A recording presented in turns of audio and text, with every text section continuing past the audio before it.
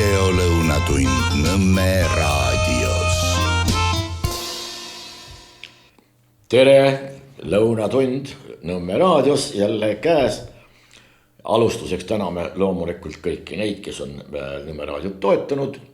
Ja loodame, et neid tuleb ikka juurde, lihtsam ellu jääda, lihtsam elada ja mis saab meil paremat olla, kui keegi elab natukene paremini, kui see praegu parasjagu kombeks on. See käib muide kõikide kohta, nii et täname veel kord kõiki toetajaid. Ja mis siin ikka, suvi tundub, et on käes ja ühel hommikul kuulates, see oli paar päeva tagasi kogemata kombel, viibisin kohal, kus Rahvusringhäälingu raadiojaam töötas ja sealt edastati meile umbes tunni aja jooksul kogu aeg teateid selle kohta, kuidas kuumalaine levib, mida kuumalaine puhul süüa tuleb ja mida ei tuleks teha, mida tuleks teha, mida tuleks vältida, mida tuleks vähem teha, mida tuleks rohkem teha, millele tuleks rohkem tähelepanu pöörata ja millega rohkem arvestada ja nii edasi ja nii edasi ja nii edasi. Ainuke, mida ei ole, see on kuumalaine. Väljas oli 16 kraadi hommikusel tunnil. No päeva peal ilmselt läheb natukene soojemaks, ilus suveilm, võib-olla tuleb isegi natukene törts vihma sekka, põllumeestel hea meel selle üle ainult. No ja mis siis on, aga ainukene, mida ma tahan öelda on see, et meile räägitakse millestki nagu olemasolevast, et reaalsus on meil selline, mida tegelikult olemas ei ole. Ja nüüd tuleb kõik oma tegevust tuleb sättida selliselt, et oleks lähtutud sellest, mida meil olemas ei ole. Antud juhul siis kuumalainest. See, mida te ümberringi näete, mida te ise oma ihu ja hingega tunnete, see ei tähenda mitte midagi. Teile räägib raadiojaam, kuidas tegelikult asjad on ja kuidas teie maha käinud ihu või meeleorganid ei suuda tuvastada seda, millest kõik on ammu juba rääkinud, mille saabumine on kohe kohal ja nii edasi ja nii edasi. Huvitav, kas keegi, võt ei ole kuulnud, et ükski selline kliimaapologeet või keegi sellistest oleks midagi öelnud näiteks sõjakahjulikkuse kohta. Kogu aeg mingisugused mürsud plahvatavad ja sellega lendavad õhku igasugused gaasid, rääkimata igasugustest majakestest, suurematest ja väiksematest ka, mis nende käigus õhku lendavad inimestest loomulikult, kes vigastada saavad või hoopis teise ilma rändavad. Nendest ka mitte keegi ei ütle ühtegi sõna. Niipea kui on aga mingi võimalus kuskil silma paista, siis olge lahked. Muide sama käib ka täpselt samamoodi Caracasest Venezuelas. Hiljaaegu toimus ju maa värisemine. 7,5 palli ja 7,2 palli. Richteri skaala järgi neid oli koguni 2 ja õige väikese vahega purustused olid tõepoolest väga suured. Ja nüüd tõttab appid peaaegu terve maailm Ameerika Ühendriikidega eesotsas, kes saadab mingisugust varustust, kes saadab inimesi, spetsialiste ja nii edasi ja nii edasi. Loomulikult on see suurepärane ja kaastunne on üks väga hea tunne, mis on ülimalt inimlik. Aga vaadake nüüd, pange sinna kõrvale, kui lastakse mingi mürsuga või mingisuguse salapärase pommikese raketiga kuskil midagi sodiks, nii et ainult suits taga ja inimestest ei mitte midagi, siis ei ole kätki suurt mitte midagi. Muidugi oleneb siin, kes selle raketikese on välja saatnud ja kes missugused majad, kas poliitiliselt on need ehitused stalinistlikud või vähem stalinistlikud, siis vastavalt sellele tuleb ka reaktsioon. Aga huvitav on jah, üks ja sama protseduur, maja kukub kokku, inimesed saavad hukka. Ühel puhul on reaktsioon ülimalt kaastundlik, kõik tahaksid anda, et kuhu saab annetada või kuhu saab oma vana vatioppe saata. Teisel puhul on äärmiselt tore, mõtle kui tore, keegi jälle sai surma ja mõtle ometi jälle mingisugune infrastruktuur sai pihta ja kas siis agressoril või muidu pahal inimesel või riigil on jälle tunduvalt raskem hakkama saada. Ehkki inimese elu on ju inimese eluiga seal üleval, kus ööpäev läbi vastuvõtt toimub ja seal all täpselt samamoodi. Ega seal ei tehta vahet, kes on sinna parteisse kuuluja või sinna parteisse mitte kuuluja. Kuulub ta nüüd ühe või teise või kolmanda rahvusgrupi, etnilise grupi hulka või kuskile mujale. aga inimene on niisugune huvitav elukas. nii, seoses selle sama teemasse läheb muide, nüüd loen jälle ette. Ühinenud Rahvaste Organisatsiooni ÜRO uurimiskomisjon leidis, et Iisrael on tahtlikult sihtinud Palestiina lapsi. Komisjoni hinnangul kujutas Iisraeli tegevus Gaza sektoris endast genotsiidi, inimsusevastaseid kuritegusid ja sõjakuritegusid ning okupeeritud läänekalde aladel sõjakuritegusid. No mitmekordselt käib läbi sõjakuritegu ja ainuke reaktsioon saab olla, no ja siis uurimiskomisjon leidis ja mis nüüd siis juhtub? Õige, mitte midagi ei juhtu. Aga hunnik ametnikke on saanud jälle tööd, kõik on kuskil midagi, keegi on kuskil midagi deklareerinud, kuskil on see avaldatud. Mingisugused inimesed tunduvad jälle õigemad kui teised ja nii edasi. Sellest, et sõda iseenesest põhimõtteliselt midagi koledat on, sellest ei ole juttu. Nüüd natuke teisest vallast, aga võt see eestlaste tsuugehörikait, et ehk kuuluda tahtmine. Nüüd loen pealkirja jälle ette. Vestlus maailmameistriga viis traffiku, kuidas soovite, solisti ketta golfirajale. Kujutage ette, traffiku solist pärast võib-olla mingisugust vestlust, kus diskgolfarile meeldis meie traffiku solist, sai traffiku solist kanda ketta golfi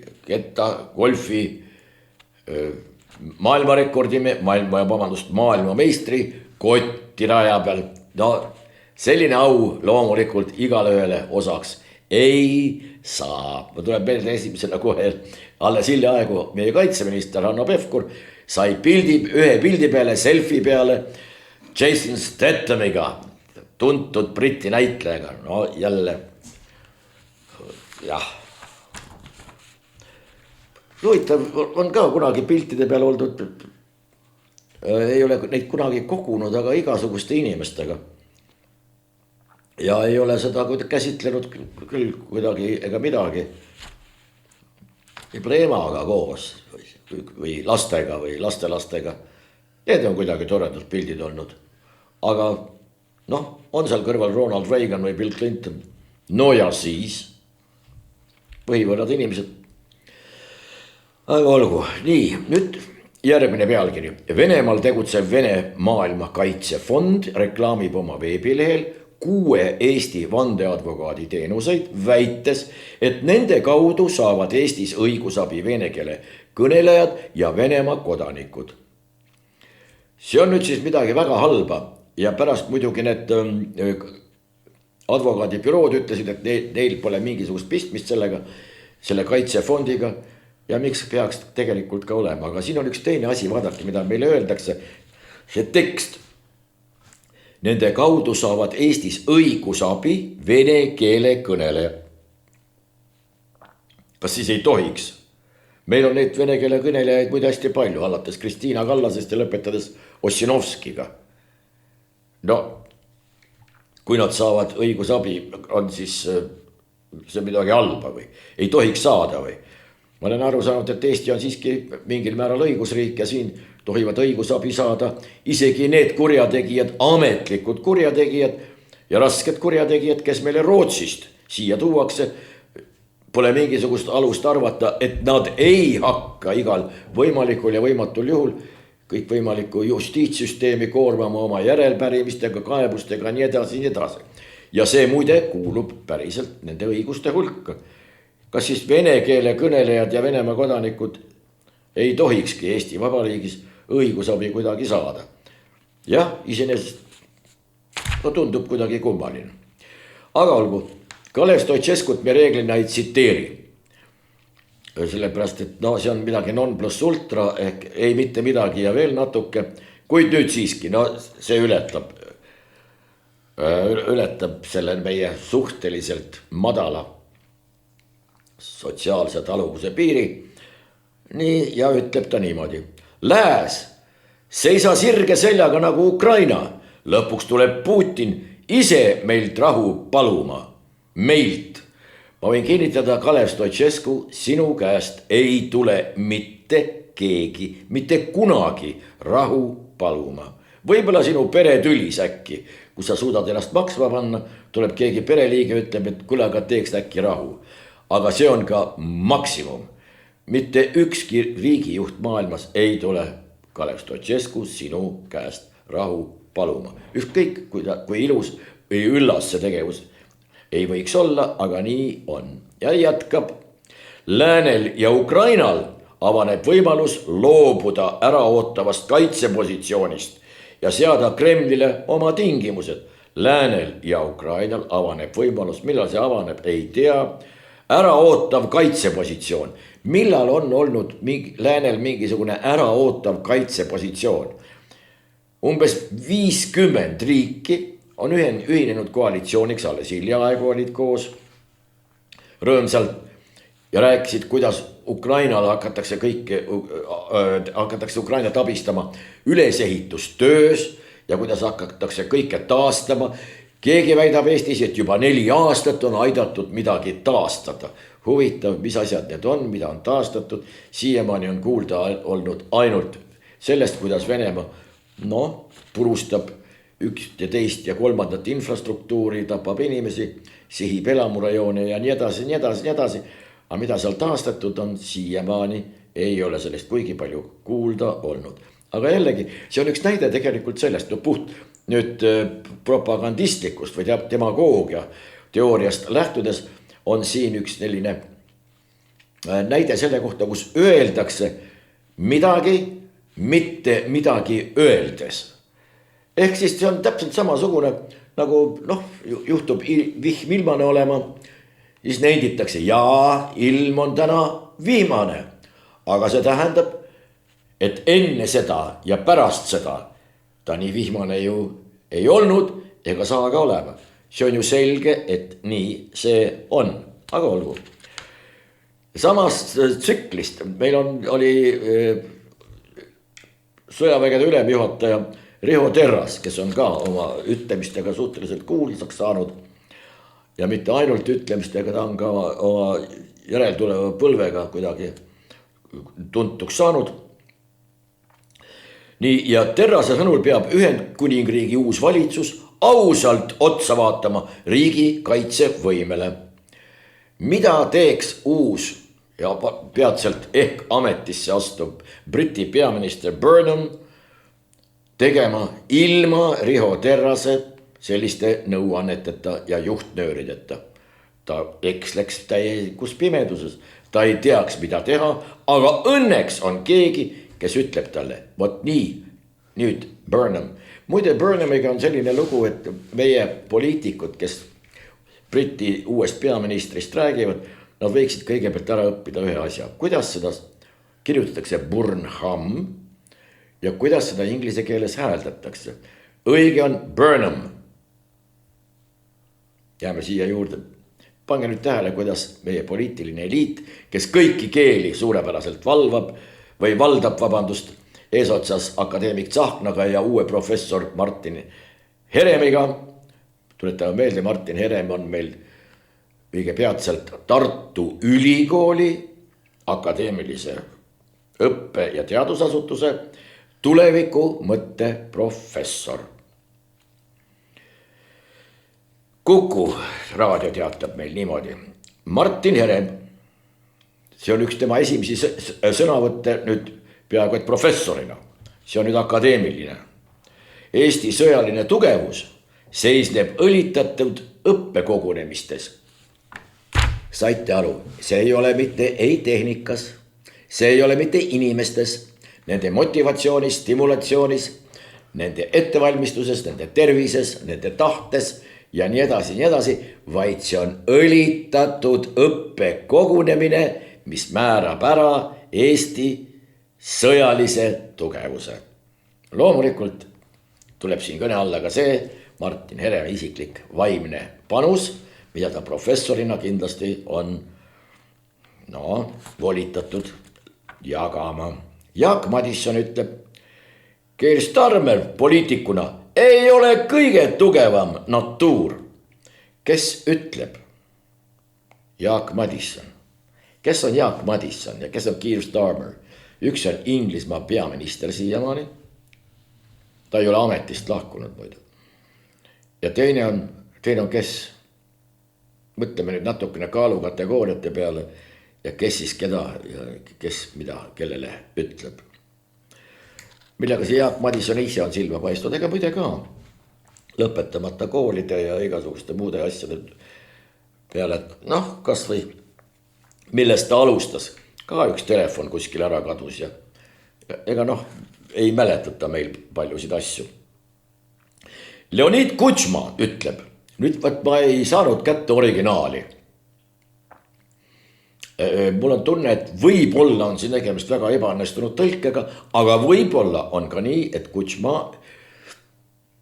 seda tõesti niimoodi ütles ka. Leonid Kutšma tuletama meelde, ta on ka Eestis käinud, ta oli Ukraina esimene president.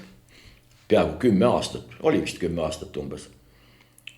Ta küsis Lennart Meri käest, näitas näpuga mu peale ja ütles, et kuidas on võimalik, et teil ukrainlane Eesti televisioonis tööl on.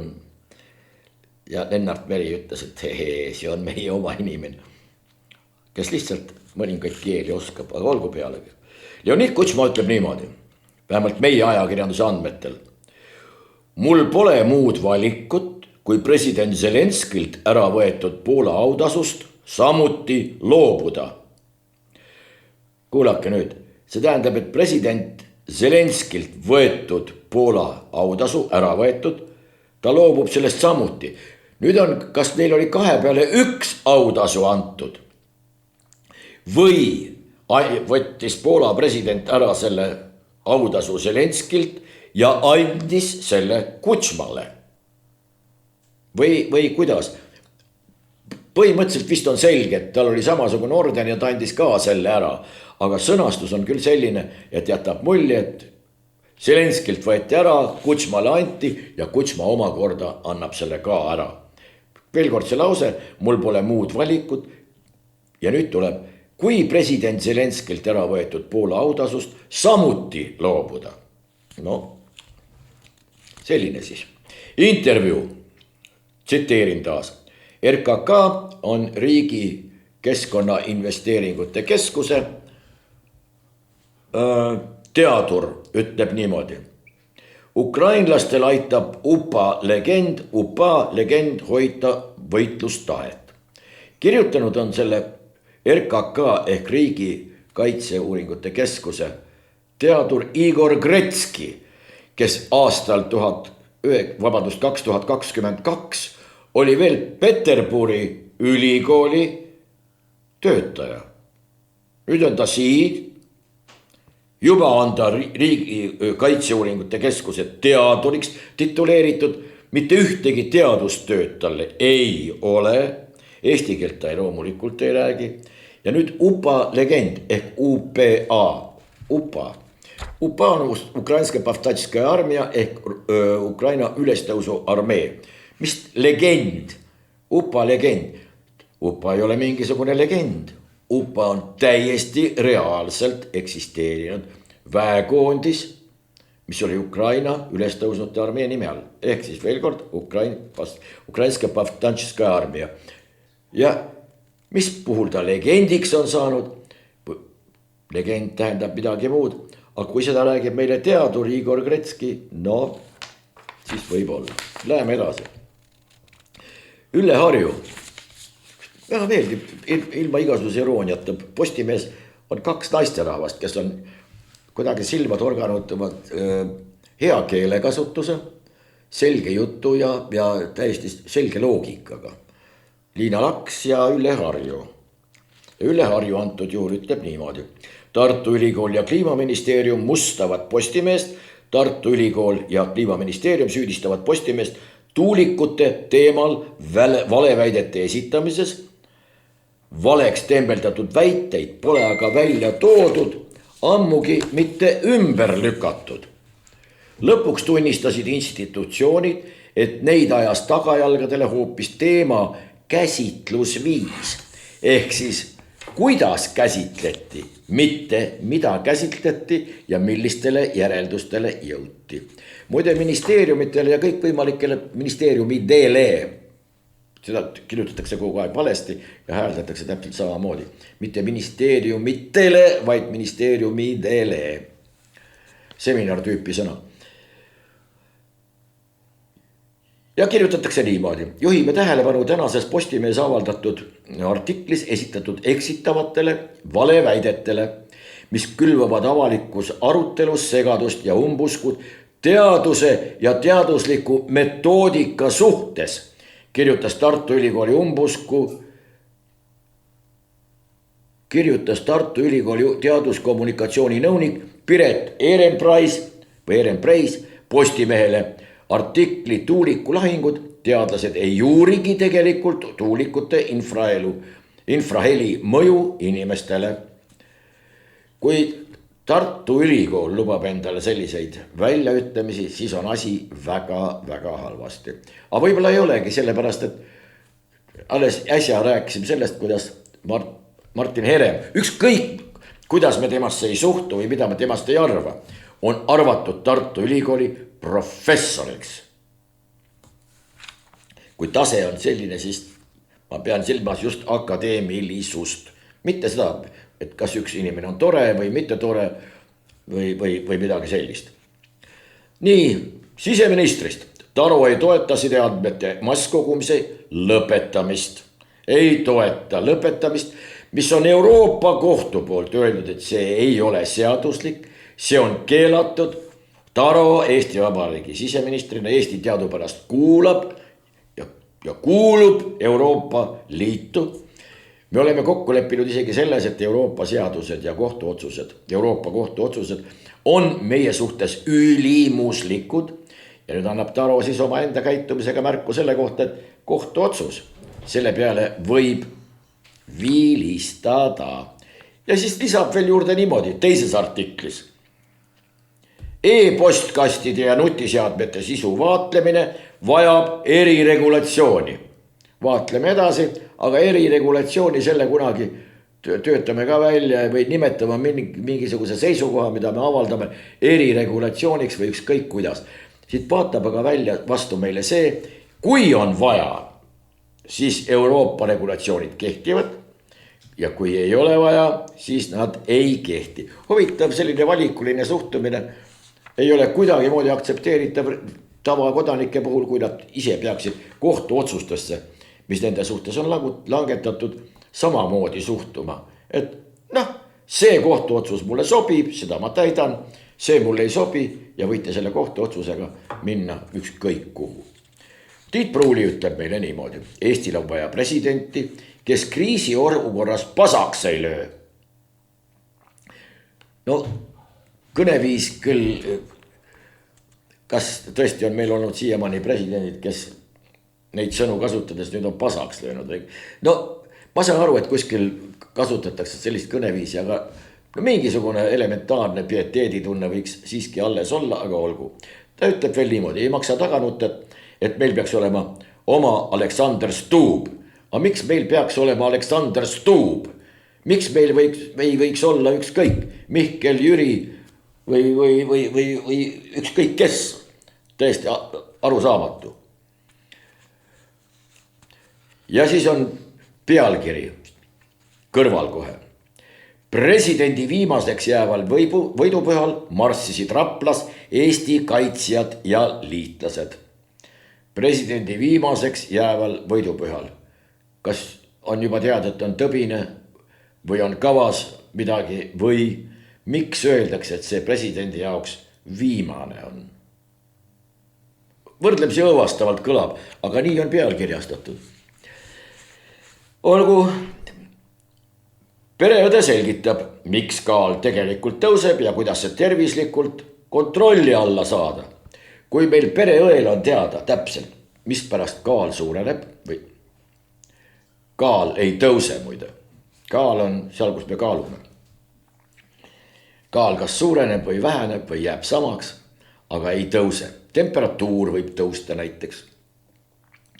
aga kui seda selgitab sulle pereõde ja eksib sellises elementaarses terminoloogias, siis tekib paratamatult küsimus, oot, kuivõrd adekvaatne on see teave, mida ta edastab, kelle korraldusel ta seda teeb, miks ta seda teeb ja nii edasi. Ja kuidas tervislikult saada kontrolli alla. Tähendab, kontrollida võib igasugust kaal on kontrolli all. Noh, kaal on 160 ja see on mul kontrolli all. Ma kontrollin seda igapäevaselt. Ei ole grammi siia ega sinnapoole. Kõik on kontrolli all.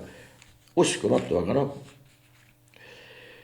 Nii, rekordiline kuumus. Prantsusmaal on kõrgete temperatuuride tõttu uppunud juba 40 inimest. Kas keegi upub ära kõrge temperatuuri tõttu? Ilmselt upub keegi ära seetõttu, et ei uska ujuda, väsib ära, ei suuda ujuda, on kas joobes väsinud või ükskõik, mis tal viga on. Aga kuumuse tõttu ei upu küll mitte üks inimene. Aga pealkiri on niimoodi sõnastatud. Nii, aga siin on üks väga huvitav sõnastus järjekordselt. Loen. Euroopa Liidu direktiiv, mis sunnib alates käesoleva juuni lõpust Eesti börsifirmasid arvestama vähem esindatud sooga, on klassikaline näide sellest, kuidas ideoloogiline soohämarus varjatakse naiste kaitsmisel loori taha. Lihtsameelsed ajakirjanikud ja poliitikud lähevad kergesti demagoogia ande. Direktiivis naised sõna praktiliselt ei esinegi. Nüüd vähem esindatud sugu. Neid sugusid pidi olema 76 või võib-olla on tänase päeva seisuga juba natukene rohkem. Ja missugune neist 76 on vähem esindatud. Aga seda kirjutatakse Euroopa Liidu direktiivides, seda tõlgitakse erinevatesse keeltesse. Võib-olla on mitmekordse tõlkega tegemist, võib-olla on mingisugune AI mässitud ka asja sisse, see paneb omakorda veel vürtsi juurde. Ja lõppkokkuvõttes saamegi sellise mingisuguse täieliku umbluu. Annika Oja ütleb meile. Ja nina sügeleb. Öeldakse, et võib vastu nina saada või tuleb äkki tite uudiseid. Nii lähemalt räägitakse. Annika Oja ütleb. Analüüsitakse siis, kui otsuseid ei soovita teha. Sotsiaalministeeriumil polnud meile mitte ühtegi konkreetset vastust. Kusjuures eksitakse siin sellega, et analüüsi ei ole mina viimasel ajal kuskil kohanud. Mitte ühegi asja kohta. Tõsi küll, meditsiinivaldkond on siin erandiks. Seal tehakse analüüsi päris tõsiselt ja sõna kõige otsesemas mõttes. Aga meil on analüüside asemel kas õigustused, presentatsioonid või midagi taolist. Aga päris mingisugust kainet, erapooletut ja võib-olla isegi teaduslikku, ma tahan nüüd hästi palju muidugi, võib-olla isegi liiga palju, ei ole kohanud. Aga muidugi on siin üks tõsiasi välja toodud. Sotsiaalministeeriumil polnud mitte ühtegi konkreetset vastust. Konkreetsete vastuseste saamine ongi viimasel ajal üsna raskeks. Ütleksin isegi peaaegu, et võimatuks muutunud. Vaadake kas või ajaviiteks üsna lõbusaid Riigikogu infotunde. Seal küsitakse ükskõik mida, mille kohta vastus tuleb. No kuidagi umbes, ma olen seda korduvalt siin öelnud ka, aga umbes samas võtmes, et mis kell on, ta võttis selle peale taskust kraadiklaasi ja ütles teisipäev. Arvi Tavast ütleb, eestikeelne tehisintellekt vajab arenemiseks ligipääsu eestikeelsetele tekstidele. Kõigepealt oleks vaja üks liigutus teha, et Eesti Keele Instituudi etteotsa saada mingi lingvist või vähemalt keegi, kes selles vallas midagi tunneb. See on küll nüüd võllanali, aga üks takistus on Arvi Tavasti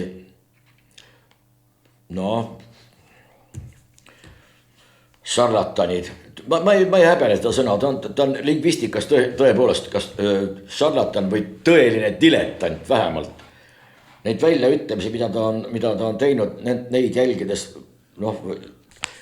kui seda rada pidi minna, siis selles rajas murrab oma selgroo suvaline boamadu.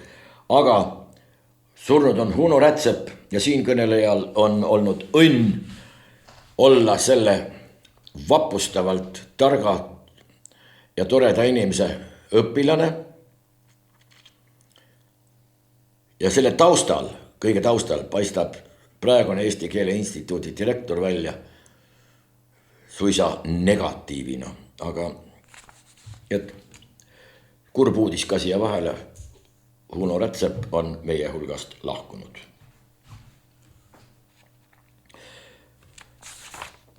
Niisiis võtame veel mõne. Õhtuleht annab spordiuudistest teada, muide, jällegi me räägime keelest, kuidas meile seda esitatakse. Õhtuleht ütleb niimoodi. Samm tagasistuleku suunas. Tänak ja Järveoja osalevad ühiselt EM-rallilt. Aga kuidas siis veel? Eraldi või? Igaüks sõidab oma autoga või jooksevad kõrval, no ikka koos ju ühiselt. See on rallipaar ja nad muide, kui keegi ei ole aru saanud, rallipaarid, see on kaardilugeja ja siis piloot, nad sõidavad ikka ühes ja samas autos. Ja tore muidugi, kui nad tagasi tulevad, saab näha, tegemist on kindlasti väga andekate inimestega, soovime edu tulevikuks. Ükskõik, mida nad tegema hakkavad, kas rallis sõitma või siis mingil muul alal. Edu loomulikult. Meelis Niinepuu ütleb meile. Läti alt hüppamine oleks 100 aastat Balti koostöö suurim läbikukkumine. Veel kord, alt hüppamine. Millest räägitakse?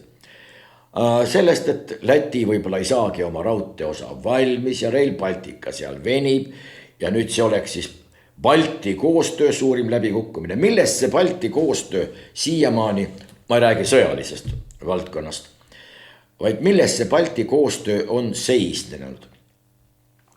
Sisuliselt ei ole see olnud. Jah, võib-olla mingites ühistes poliitilistes lepingutes või ühistes osalemistes kuskil rahvusvahelistes organisatsioonides. Aga koostöö sellises majanduslikus mõttes, ma ei tea, milles see küll on olnud. Muide, võib-olla äkki on koostöö olnud see, kui Valga jagati inglaste juhtimisel järjekordselt 2 Valkaks ja Valgaks. Raudteejaam muide jäi Eesti poole. Võib-olla on see äkki mingisugune koostöö näidis, aga rohkem küll meelde ei tule.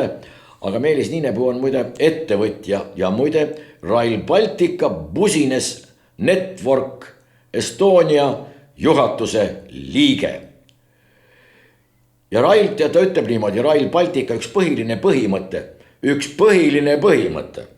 jätke meelde, see on väga hea termin, üks põhiline põhimõte, on ka mitte põhilisi põhimõtteid.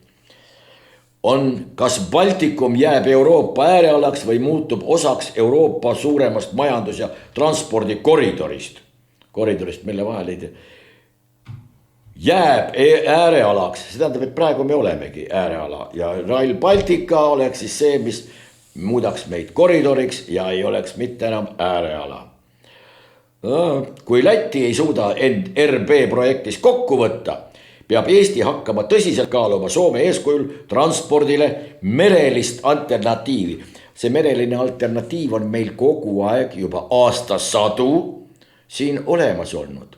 Kogu aeg on siit toimetatud mingisuguseid kaupu edasi-tagasi, kas põhjast lõunasse siis Eesti-Soome vahel, see on hästi väike jupp, või siis ida-lääne suunal või lääne-ida suunal.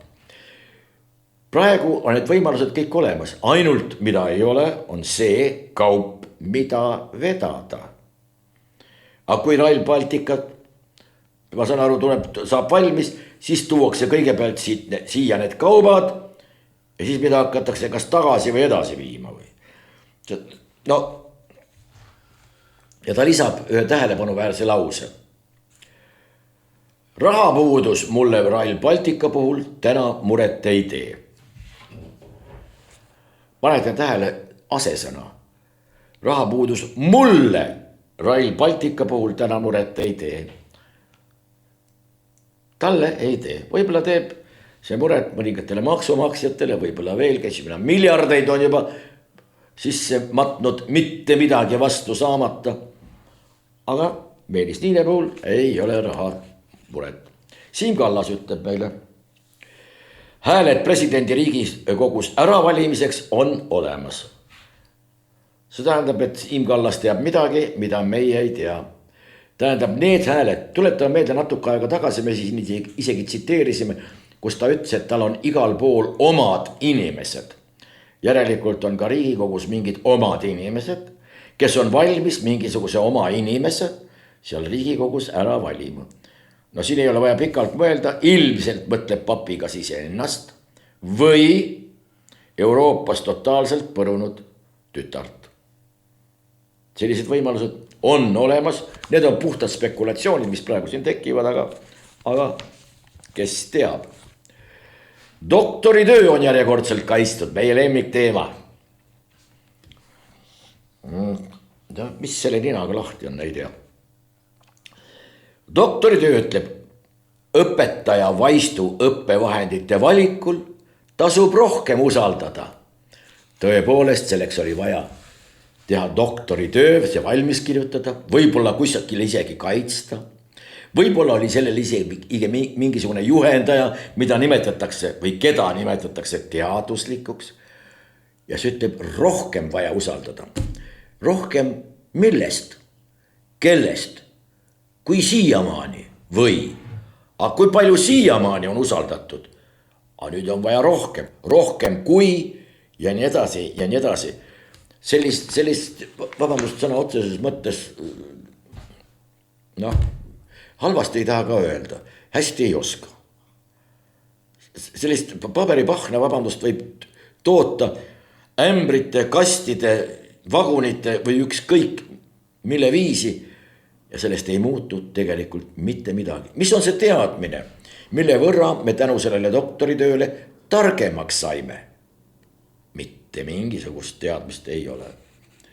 Ja kuulake nüüd, mis ta ütleb. Õppetöö ei muutu tõhusamaks, kui koolis on olemas digitaalsed õppevahendid. Ei muutu tõhusamaks. Milleks meil neid digivahendeid siis vaja on? Pigem on oluline, et õpetaja kasutaks neid tunnis tähenduslikult. Mida need tähendused tähendavad või mida need digilahendused peavad tähendama, ei tea. Elmar Vaher ütleb väikse pärli siia vahepeale. Tuletame meelde, Elmar Vaher, ta oli enne suur politseijuht, praegu on oodati tükk aega, millal ta kohtulikust süüdistamisest või süüdistatav olemisest või kahtlustatav olemisest või mis iganes. Lahti saab oodati pool aastat ja siis määrati ta Kaitseinvesteeringute Keskuse juhatajaks. On see hea või halb, me ei räägi sellest, me ütleme, mida ta ütles. Ma ei tea, kas Riigi Kaitseinvesteeringute Keskuses on korruptsiooniga kõik hästi. Ta ei tea, kas kui korruptsiooniga on kõik hästi, siis on kõik korras, kõik on korruptsioonist haaratud. Korruptsioon toimib esmaklassiliselt, kõik on hästi, mingeid tõrkeid korruptsioonis ei ole. Aga ta ei ole sellega kursis, kas korruptsiooniga on hästi või ei ole. Kui ei ole hästi, tuleb pingutada, et korruptsiooniga oleks kõik hästi. Tuttav teema talle võib-olla. Raul Lättemäe ütleb, muide ta on Eesti Panga, Rahandusministeeriumi fiskaalpoliitika osakonna juhataja. Ja mida ta ütleb? Me räägime jällegi kõnepruugist. Mida teha Eesti maksusüsteemiga? Maksutulu peab kasvama. Siin on selgelt öeldud, et makse peab suurendama. Kuidas maksutulu tõuseb? Ainult ühel viisil. Maksutulu suureneb, see tähendab, et maksud suurenevad, siis suureneb ka maksudest saadav tulu. Võimalik on öelda ka niimoodi, ta väldib seda sõna, et makse tuleb suurendada. Muidu see oleks, ma ei tea, võib-olla kohtakse mingisugust vastupanu, hukkamaistu, pahakspanu või ükskõik mida. Aga kui sa ütled, maksutulu peab suurenema, kõlab see ju imehästi, suurepäraselt. Peeter Vihma ütleb, kuidas parandada Eesti riigi juhtimise töökindlust? No, praegune riigi juhtimine on osutunud suuresti ebaprofessionaalseks, ebaefektiivseks ja süsteemituks. Tema töökindlust ei ole vaja parandada. Vaja on see ära lammutada ja uus ehitada. Praegu tahetakse tugevdada seda, mis on savi jalgadel, mis ei tööta ja on oma efektiivsust aastate jooksul korduvalt tõestanud ja selle töökindlust ei ole vaja parandada, vaid vastupidi, see on vaja ära lammutada ja uus teha. Tuulikulahingud, aastajagu põhjendusi ja punkt utiilitaselt. Postimees ei saanud tuulepargis sõltumatut ametlikku müra mõõtmist tellida. Aastajagu põhjendusi muidugi tegelikult ei tulnud, tulid ainult õigustused. Ja siis, kui tahad ise korraldada mingisuguse mõõtmise, siis tuleb välja, et seda ei lastagi sul teha. Võtame veel natukene. Reedene rõõm. Martin Herem ütleb jällegi professori sõnavõtt. Paanika kätte võib inimene ära surra kiiremini kui veepuudusesse. Inimene sureb veepuudusesse mõne päeva jooksul. Tuleb välja, et kui on paanika, siis päeva jooksul umbes või. Ei ole küll kuulnud mitte ühtegi juhut siiamaani sellest, kus anamneesi või siis surmatunnistusse oleks kirjutatud ära surnud paanikasse. Küll aga veepuudusesse neid juhtumeid on küll ja küll. Ühinenud Rahvaste Organisatsiooni see meil oli juba. Juhtkiri. Ärgem laskem parteide egol presidendivalimisi kaaperdada. Leidkem Eestile päriselt parim riigipea. Esiteks, miks tähendab päriselt? Mängult siis või? See on iseenesest mõistetav, et kui valimised toimuvad, siis ikka valitakse päriselt või. Või on võimalik ka see, et valimisi ainult mängitakse. Ja teine asi, leidkem. Kas huvitav selle juhtkirja kirjutajad ei tea siis seda, et meil rahvas presidenti ei vali. Meil valib kas Riigikogu või valijameeste kogu. Nii et üleskutse leidkem. See käib õigele kitsale ringile inimestele. Evelin Kaldoja ütleb, Gdanskis jäi haldamata plahvatusohtlik tähtis inimene. Jutt on siis Poola president Navrotskist. Gdanskis jäi haldamata plahvatusohtlik tähtis inimene. Ükskõik, mis ta sellega mõtleb, kõnepruuk on hämmastav. Ja küsimus, jälle tsiteerin, kas mu laps on lasteaeda minekuks valmis? Kas mu laps on lasteaeda valmis? See tähendab, üks asi on, kas kellaaeg on nii kaugel, kas püksikesed on jalas, kas talvel, kas kasukas on seljas või mingisugune paksem jope või riiet. Ei, sõimerühma õpetaja ütleb niimoodi. Kriitilised oskused pole sugugi need, mida me esimesena arvame. Vaat siin ei oska mitte midagi öelda, mida me arvame. Veel kord. Sõimerühma õpetaja ütleb niimoodi. Kriitilised oskused pole sugugi need, mida me esimesena arvame. Paneme siia punkti, selle kohta ei oska. Mida ta öelda tahtis, isegi arvata, ei oska. Mis need kriitilised oskused on, ei tea. Vene rahvusest inimeste perekonna käitumine erineb kahel põhjusel eestlaste omast. Vene rahvusest inimeste. Kas ei võiks öelda eestlaste, venelaste, sakslaste, inglaste, waleslaste, soomlaste, soome rahvusest inimene. See on ju soomlane. Aga meil on vene rahvusest inimeste. Ja nüüd perekonna käitumine. Mis asi on perekonna käitumine? Ma saan aru, et inimene räägib traditsioonidest, arusaamadest, võib-olla mingitest harjumustest isegi, mis on erinevatele rahvustele loomulikult omased. Neenetsitel on ühesugused, araablastel teistsugused, meil mingisugused kolmat moodi. Venelased reeglina lähtuvad perekonnamudeli puhul mehest, naisest ja lastest. Sinna kuuluvad tihtipeale ka vanaema ja vanaisa. Itaalias näiteks elatakse 4 põlvkonda koos ja peetakse seda täiesti normaalseks ja nii edasi ja nii edasi. Aga perekonna käitumine, see on jällegi termin, mis on kuskilt välja leiutatud, kellegi poolt välja mõeldud, kuskile istutatud ja jätab mingisuguse mulje, et kui ma sellest nüüd kirjutan, jätab see uudse mulje ja kui ma sellest mingisuguse järjekordse doktoritöö valmis vormin, siis teeb seal mulle mingisugust au ja kuulsust, võimaldab mul esinemas käia, see toob omakorda mingisuguse raha ja siis võetakse mind mingi organisatsiooni liikmeks, kus ma hakkan seda sama jura ajama ja jälle tuleb igasugust boonust, nii et mühiseb. Sotsiaalteadlane räägib meil uskumatu. Kõik ei soovigi abi. Sotsiaalteadlane ei usu, et kodutusele 2030. aastaks lõpu teeme. Sotsiaalteadlane ei usu, aga kes see usub siis? Aga alustagem sellest, kuidas kodutust üldse kõige täpsemalt kirjeldada. See on väga mitmetahuline sotsiaalne probleem, mis tuleneb ühelt poolt ühiskonna, teisalt inimeste isiklikest kriisidest. Ühiskonnakriis, kas see on ühiskonnakriis, kui keegi jääb oma kodust ilma? Tõstetakse lihtsalt välja, kas siis kohtuotsusega või läheb ise, perekonnas enam ei klapi, läheb ise minema, jääb selle tõttu kodutuks. Mis ühiskonnakriis see niisugune on? Inimese jaoks on see tragöödia, täiesti võimalik.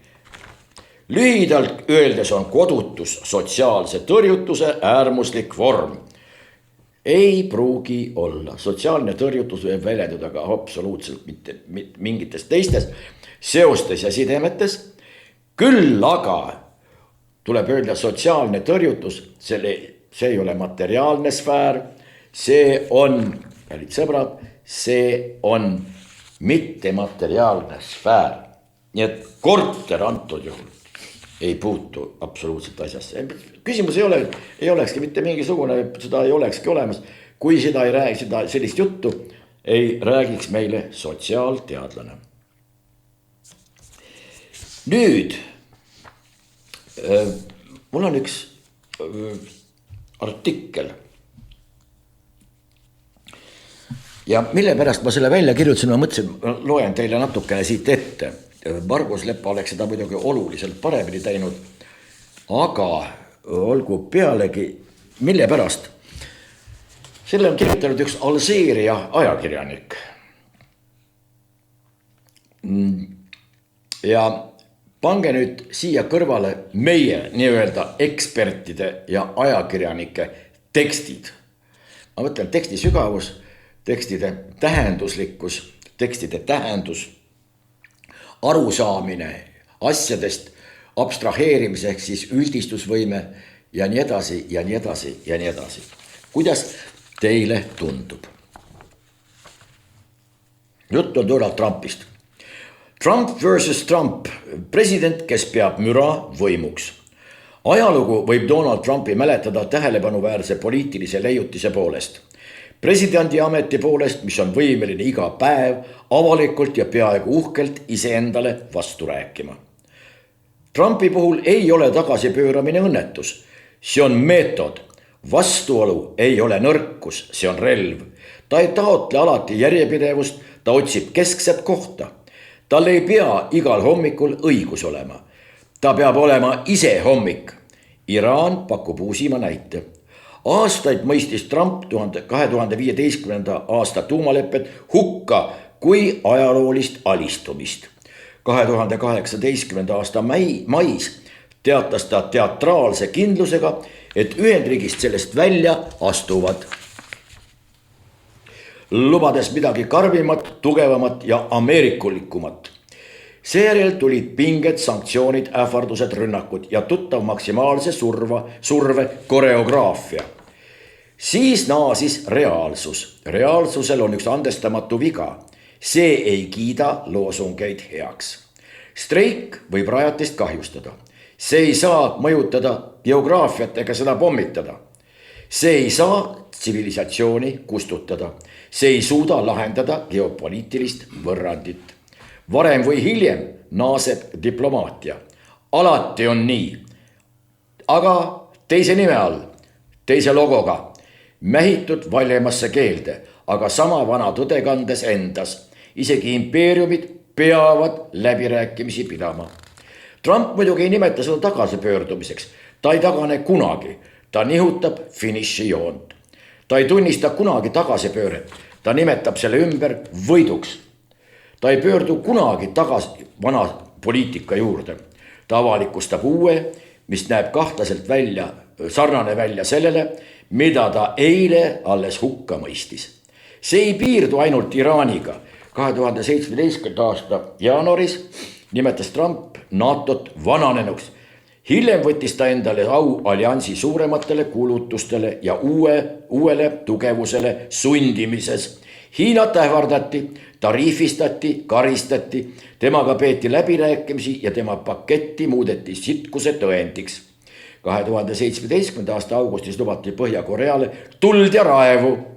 2018. aasta juuniks surus Trump Singapuris Kim Jong-uni kätt, enne kui suhted taas strateegilisse stagnatsiooni vajusid. Ukrainast on saanud toimik, kus iga Trumpi lause näeb vajavat kahte tõlget. Üks liitlastele, teine tema valijatele. Muster on selge. Trump pole ainult president, ta on globaalne poliitiline bränd. Enne doktriinide müümist müüs ta torne, enne strateegia müümist müüs ta kasiinosid, televisiooni, kuldmünte ja kõige vastupidavamat toodet, iseennast. Selles maailmas on ta tähelepanu olulisem kui järjepidevus, ignoreeritud bränd on surev bränd. Trump importis selle loogika poliitikasse. Mis tähelepanu ei köida, seda pole olemas. Seepärast võib G7 tippkohtumisel toimunud väike stseen Araabia Ühendemiraatide presidendi Mohammed bin Zayediga öelda rohkem kui mitu ametlikku teadaannet. Kuuldes MPC-d vaikselt rääkimas naljatas Trump. Kui sa oled nii rikas, võid sa nii madalalt rääkida. Tuba naeris. Ajalugu oleks pidanud pausile panema. See Trump kirjeldas kogemata just seda võimu, mida ta imetleb, aga ei suuda jäljendada. Tõeline võim tõstab harva häält. Riiklikud investeerimisfondid ei karju, nad ostavad. Keskpangad ei karju, nemad otsustavad. Turud ei karju, nad karistavad. Luureteenistused ei karju, nad ootavad. Riigid, mis on endas kindlad, saavad endale vaikimist lubada.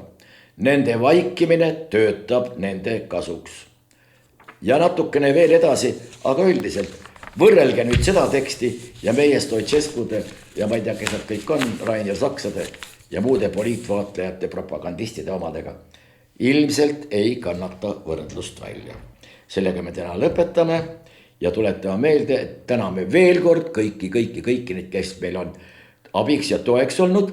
Loodame, et teid tuleb rohkem ja meie püha sõda läheb loomulikult edasi ja kohtume, kui see samane kõige vägevam ikkagi annab järgmisel esmaspäeval, ikka lõunatunnil.